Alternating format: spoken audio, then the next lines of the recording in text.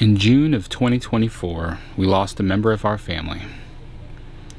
Skittle had been with us for over 15 years. This is her story.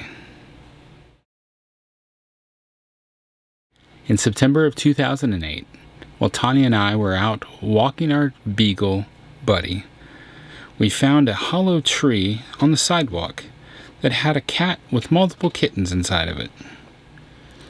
We kept walking past there a couple of times to check on the kittens, never messing with them because we didn't want to frighten the mom. But another day we came back and all the cats and kittens were gone with the exception of one.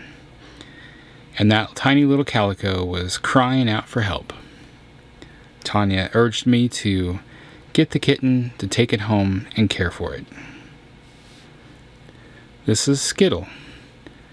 Skittle became a member of our family, and it was at a perfect time as I had just stopped working at one job and was preparing for another job that wouldn't start for about 3 weeks.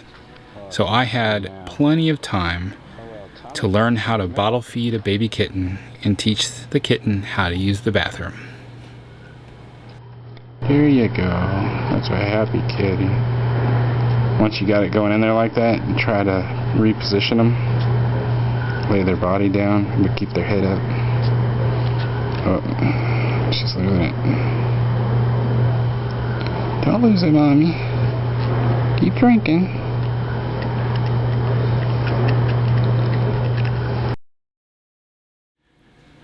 We had new members of our family come along, and Kaylin and Kira, and Skittle would lay with them, keeping them company, keeping them warm, watching over them. They established a bond. Skittle treats? Yes. Skittle treats? Baby Skittle.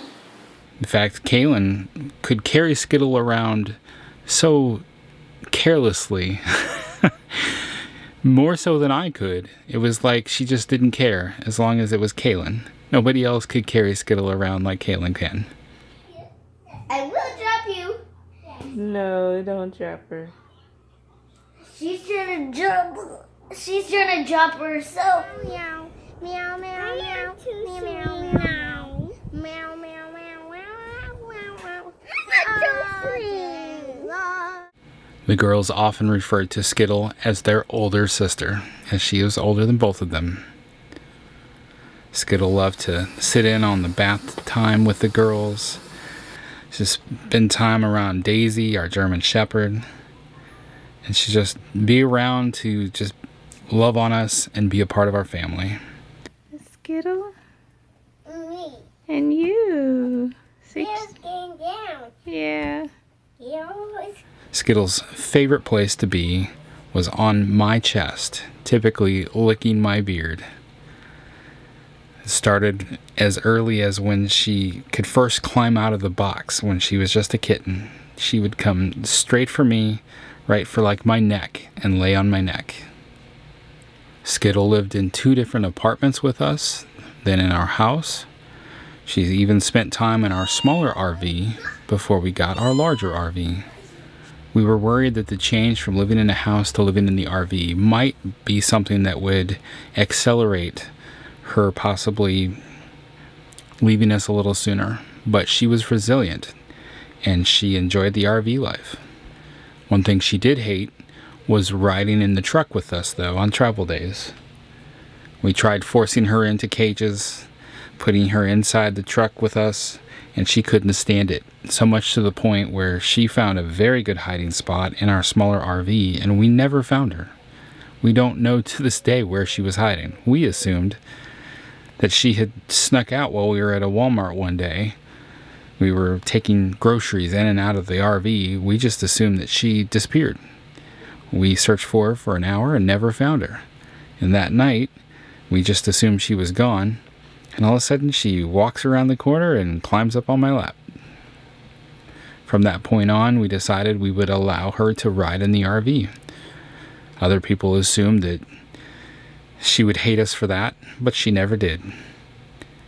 Every time we would arrive somewhere, we'd open up the RV and she'd be right there to greet us, like, "Hello, where are we now?"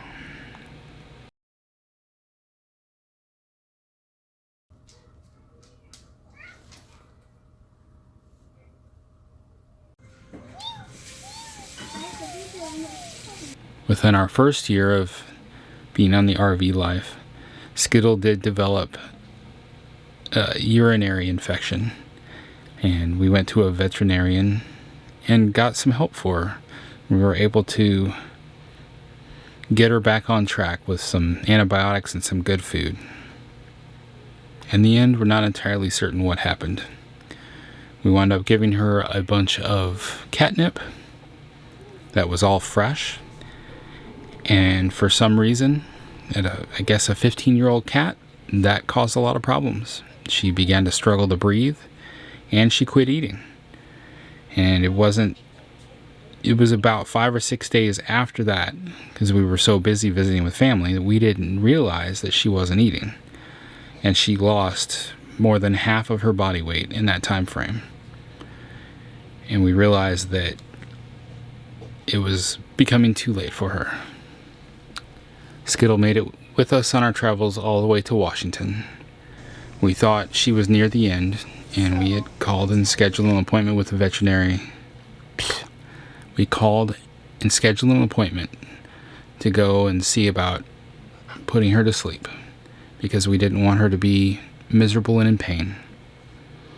However, Tanya felt that she still had some life in her and had her doubts. So Tanya carried her outside near Spokane, Washington, where Skittle kind of brightened up a little bit, started crawling around under the trees and bushes.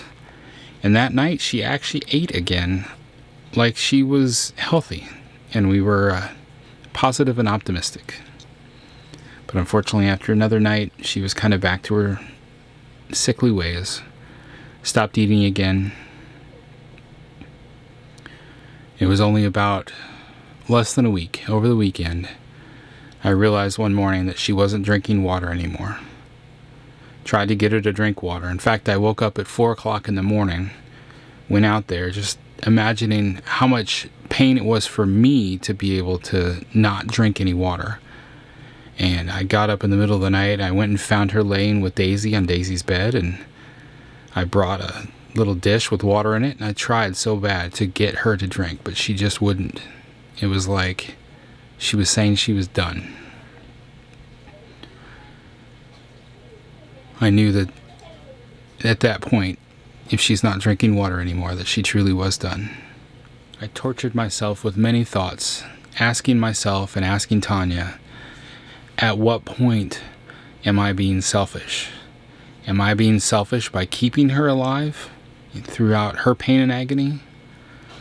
Or am I being selfish by wanting to put her to sleep to be done with it?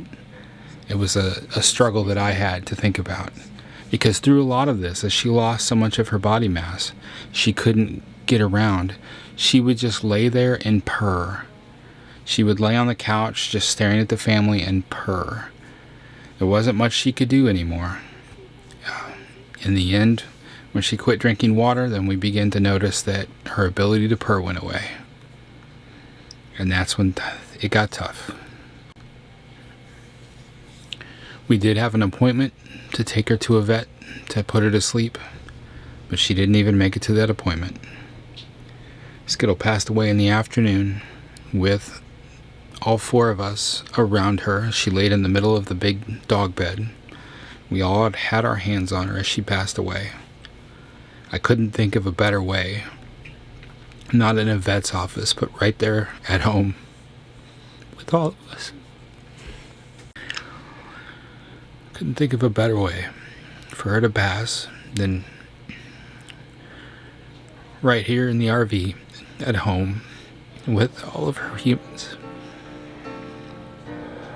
I thought I would be okay and ready to be without a cat, but I think I was wrong.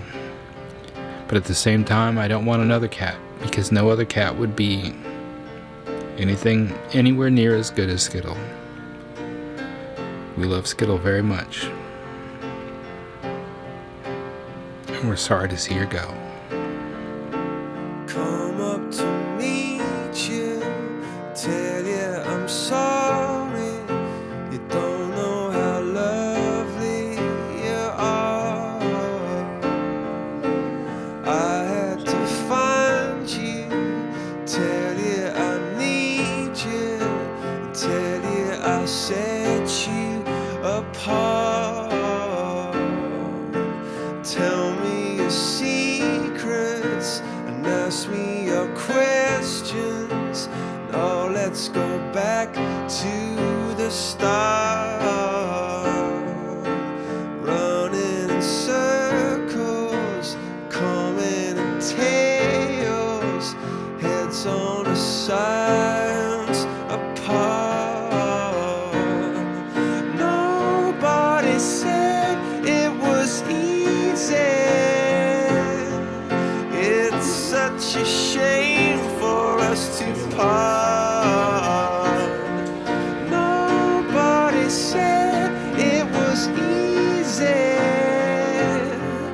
No one ever said it would be this hard.